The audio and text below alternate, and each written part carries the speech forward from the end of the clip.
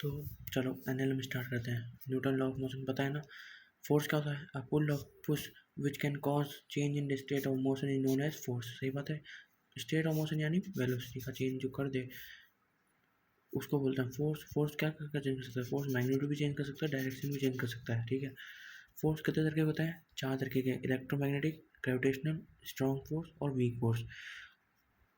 Electromagnetic और gravitational long range force होते हैं और ग्रेविटेशनल सबसे वीक होता है जिसमें। ठीक है। जबकि स्ट्रॉन्ग न्यूक्लियर फोर्स और वीक न्यूक्लियर फोर्स क्या होते हैं? ये न्यूक्लियर रेंज के लिए होते हैं, इसके लिए इनको न्यूक्लियर फोर्स बोलते हैं। और ये क्या होते हैं? अपियर ओनली एट मतलब बहुत 10⁻12 पे अपेयर होते हैं, उसके अलावा अपेयर नहीं होते। इनका रेशियो कभी कभी एक बार जे में पूछा गया है तो याद रखना कि 1:36:38:25 रेशियो। ठीक है, कोई दिक्कत नहीं है। अगर फोर्स अगर पैरेलल लगेगा तो क्या चेंज करेगा? मैग्नीट्यूड। पर जब अगर फोर्स वेलोसिटी के परपेंडिकुलर लगेगा तो डायरेक्शन चेंज करेगा। ठीक है। कोई भी पॉइंट पे अगर अपन फोर्स लग रहा है ऐसे, जो पर ये वाला फोर्स होगा जो लग रहा है नॉर्मल, वो क्या करेगा? डायरेक्शन का चेंज। और ये जो है ये करेगा मैग्नीट्यूड का चेंज। तो F cos theta is change in magnitude, जो करेगा मैग्नीट्यूड का चेंज और करेगा F cos theta, F sine theta change करेगा डायरेक्शन को। अच्छा जी, ओके। अब क्लासिफिकेशन ऑफ फोर्स। पहला, बैलेंस और अनबैलेंस। बैलेंस फोर्स यानी जिसमें टोटल सम ऑफ फोर्स क्या होता है? 0, उसको बोलते हैं।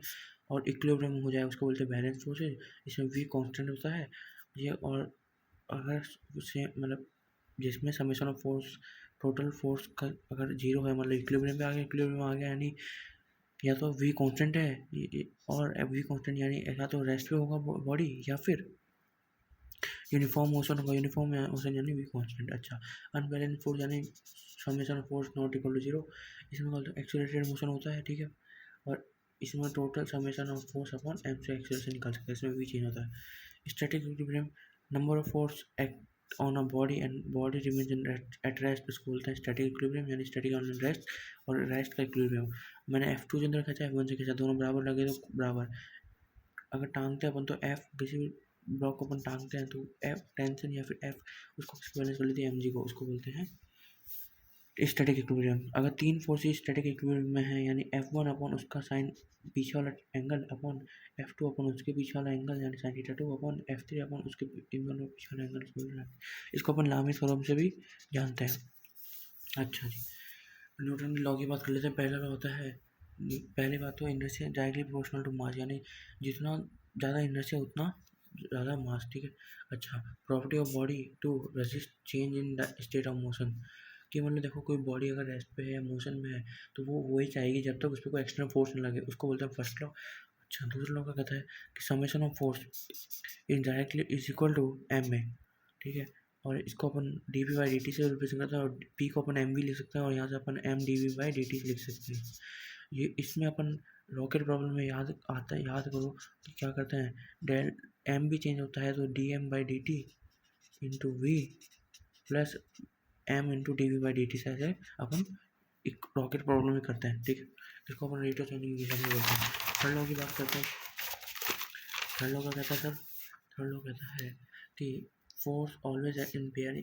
मतलब क्या है कि जितना एक्शन लगेगा उतना रिएक्शन लगेगा, अपोजिट डायरेक्शन में रिएक्शन लगेगा। अच्छा जी, एक होता है नॉर्मल फोर्स, पता है ना, कोई भी पॉइंट के जो नॉर्मली एक्ट करेगा उसको बोलते हैं नॉर्मल फोर्स। टेंशन फोर्स, किसी स्ट्रिंग में हमेशा इस पॉइंट के या इस पॉइंट के हमेशा अपोजिट एक्ट करेगा। ठीक है। अब यहाँ बात करेंगे नॉन फोर्स की। तो फ्री बॉडी डायग्राम की बात कर लेते हैं कि फ्री बॉडी डायग्राम क्या है? किसी बॉडी पे कौन कौन से फोर्स एक्ट कर रहे हैं उनको किसी डायग्राम में उतारना, उसको बोलते हैं फ्री बॉडी डायग्राम। ये भी बनाना सिखाएंगे आपको भी। चलो ये कराएंगे बहुत जल्दी जल्दी, तो बात करते हैं। चलो ओके, आगे बात करते हैं। एक सेकंड, आगे बात करते हैं नॉर्मल फोर्स। नॉर्मल फोर्स क्या होता है? नॉर्मल फोर्स एक तो कॉन्टैक्ट फोर्स लगता है, कॉन्टैक्ट में लगेगा तभी लगेगा। ठीक है।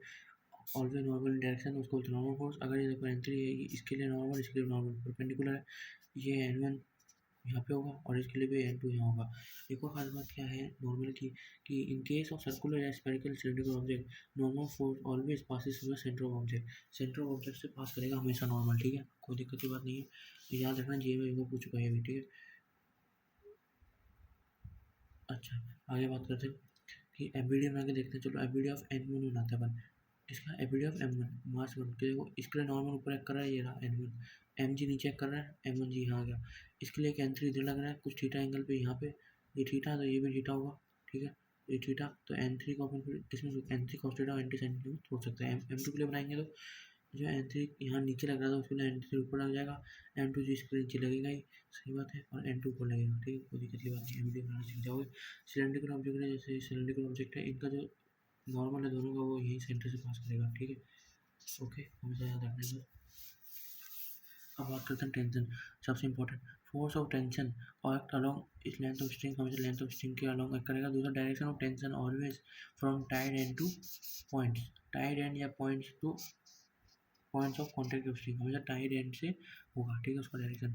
टेंशन हैज पुलिंग टेंडेंसी, ना उसकी पुलिंग टेंडेंसी नहीं है, पुलिंग टेंडेंसी है।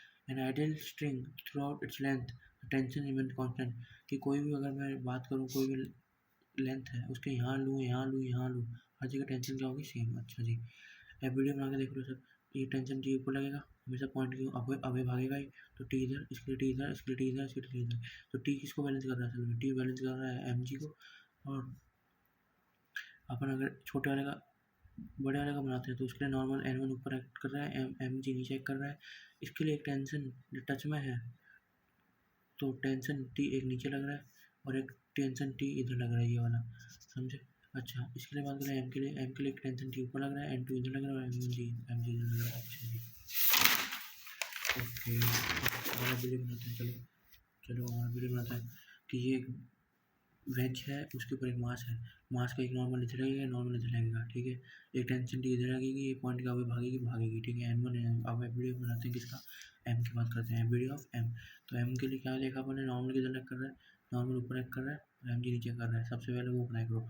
उसके टेंशन किधर लग रहा है, कुछ एंगल थीटा पे, जो थीटा यहाँ हो उसी एंगल थीटा से, थीटा एंगल जो थीटा एंगल यहाँ हो उसी इस एंगल से यहाँ एक कर रहा है, तो टी इधर लग गया, एक टी इधर लग रहा है और एक टी इधर लग रहा है, सेम से, तो टी को इधर लगा, तो ये टी इधर आ गया और एन टू किधर लग रहा है, एक एन टू इधर लग रहा है उसी थीटा से, तो यस ये वीडियो एम बन गया।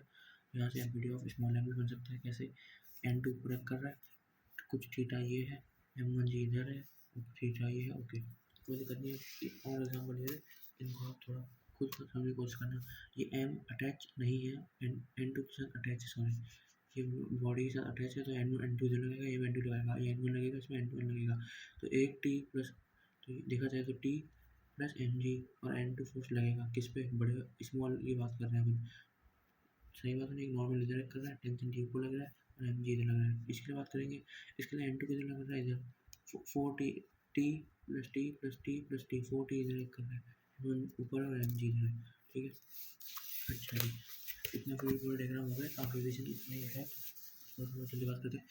अब एप्लीकेशन और सेकंड लॉ बात कर लेते हैं। एट्रिब्यूट मशीन का सीधा फॉर्म याद होना चाहिए, ए इक्वल टू, मेरे साथ बोलो, A equal to M two minus M one upon A equal to M two minus M one upon M one plus M two into G, A equal to M two minus M one upon M one plus M two into G, T is equal to two M one M two upon M one plus M two into G. याद हो जाए नहीं तो बना भी सकते हो, equation कैसे बनाते हैं बताता हूँ आपको, ये मैं आपको सिखाता हूँ how to make an equation of a constant, ठीक है। तो टेंशन नहीं ऊपर लग रहा है, एम जी इधर है, एम वन जी इधर है और एम टू जी इधर है, मतलब अपन ने क्या बनाया एम टू, यानी एम टू जी इधर है, एक्सीलरेशन इस तरफ आएगा, इसका एक्सीलरेशन ऊपर आएगा।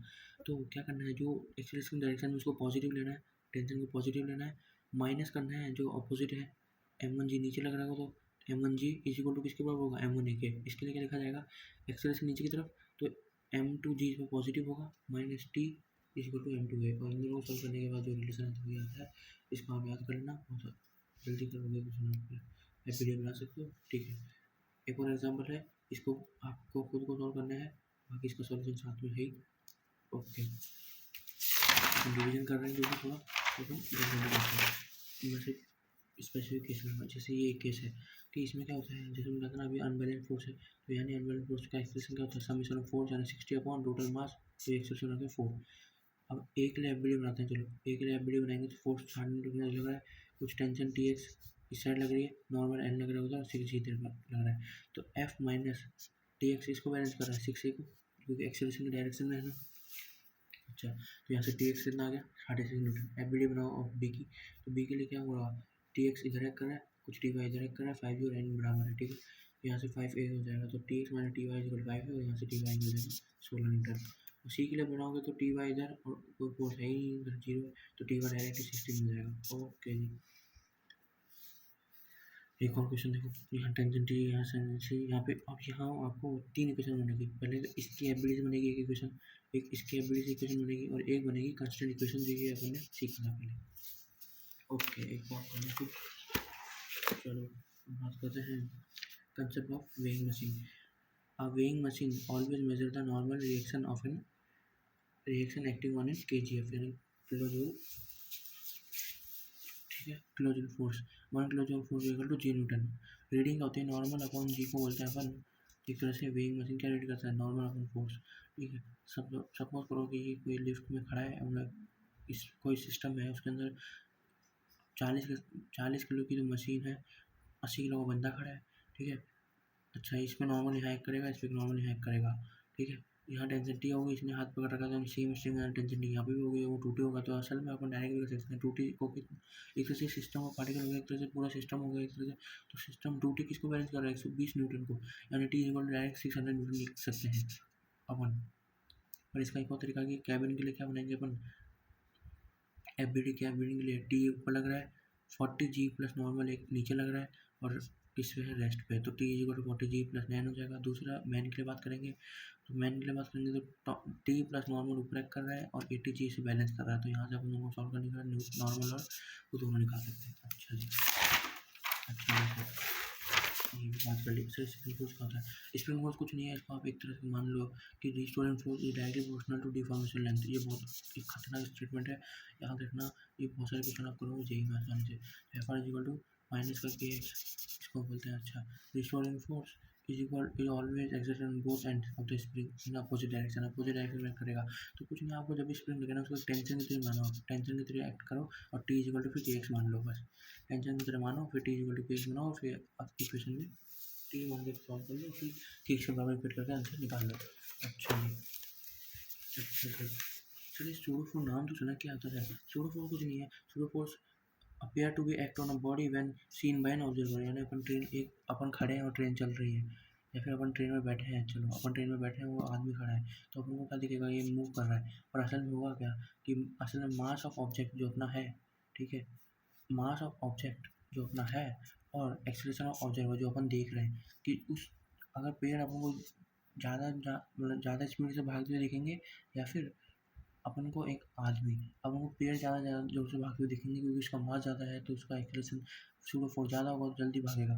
जबकि एक्सीलरेशन क्या होगा, ऑब्जर्व का, तो मतलब ये होता है सूडो फोर्स, ज़्यादा कुछ पूछा जाता नहीं, बस एक तरह से इमेजिनरी फोर्स है, ठीक है। Direction of pseudo force is always in opposite of observer, ठीक है। ओके जी, इनर्शियल फ्रेम जिनमें सूडो फोर्स नहीं लगता, जिनमें अपना सब कुछ काम हो जाता है, वो तो इनर्शियल में, जिनमें नॉन इनर्शियल फ्रेम जिनमें सूडो फोर्स लगाना पड़ता है, उसको बोलते हैं अपन non inertial frame. Pseudo force को बोलते हैं नॉन इनर्शियल फ्रेम। कैसे सर एग्जाम्पल समझाता है। चलो ऐसे क्या बात कर रहे हो, देखो A1 कुछ भाग रहा है इस तरफ, तो ब्लॉक में अपना कुछ A2 फोर्स लगेगा, तो ये क्या हो जाएगा, इसका ये हो जाएगा ऑब्जर्वर, ये हो जाएगा मास, सही बात है ना। और ये 2mg, तो नॉर्मल इसके लिए बनाया एबिलिटी ऑफ 2m बनाता है। 2m के लिए क्या हो जाएगा, 2m के लिए नॉर्मल ऊपर रख कर रहा है, 2mg नीचे लग रहा है, और n2 कुछ ऐसे लग रहा है, थीटा पे लग रहा है, तो ये n2 cos थीटा और ये n2 sin थीटा हो जाएगा। अच्छा, n2 sin theta is equal to 2m हो जाएगा, और यहाँ से एबिलिटी बनाएंगे m का, यहाँ से हो जाएगा वो। सॉल्व करने के बाद हमको यहाँ से A1 मिल जाएगा, ठीक है, कोई दिक्कत नहीं है। इसका भी देख सकते हो, सेम क्वेश्चन है, विद रिस्पेक्ट टू करना है, रोक देना उसको, और फिर वैसे कर सकते हो, लेकिन पहले आपको मैंने वैसे कोई दिक्कत नहीं है। अब जैसे ये वाला क्वेश्चन अच्छा है, कि देखो pendulum Bob move 5 kg hanging from ceiling 25 kg box car when is moving under the force this, find the angle made by the string and the pendulum. तो ये पहले रेस्ट पे था, कुछ चला, तो ये हो जाएगा फोर्स बाय, ये फोर्स एक्सेलरेशन किसका आएगा, ऑब्जर्वर का, एक्सेलरेशन इतना आ जाएगा, सही बात है। तो टी कॉस थीटा किसको बैलेंस करेगा, 15 न्यूटन को, और टी साइन थीटा किसको देगा, इसको, तो टेन थीटा आ जाएगा दिस। कोई दिक्कत की बात नहीं है। यहाँ आपके साथ इसके साथ एनर्जी खत्म। अब इसके बाद बात करेंगे work energy power. Thank you. तो प्लीज़ सब्सक्राइब करना इस चैनल को, यहाँ के और मैथ की वीडियो भी डालूंगा थोड़ी देर बाद, तो प्लीज़ सब्सक्राइब करना।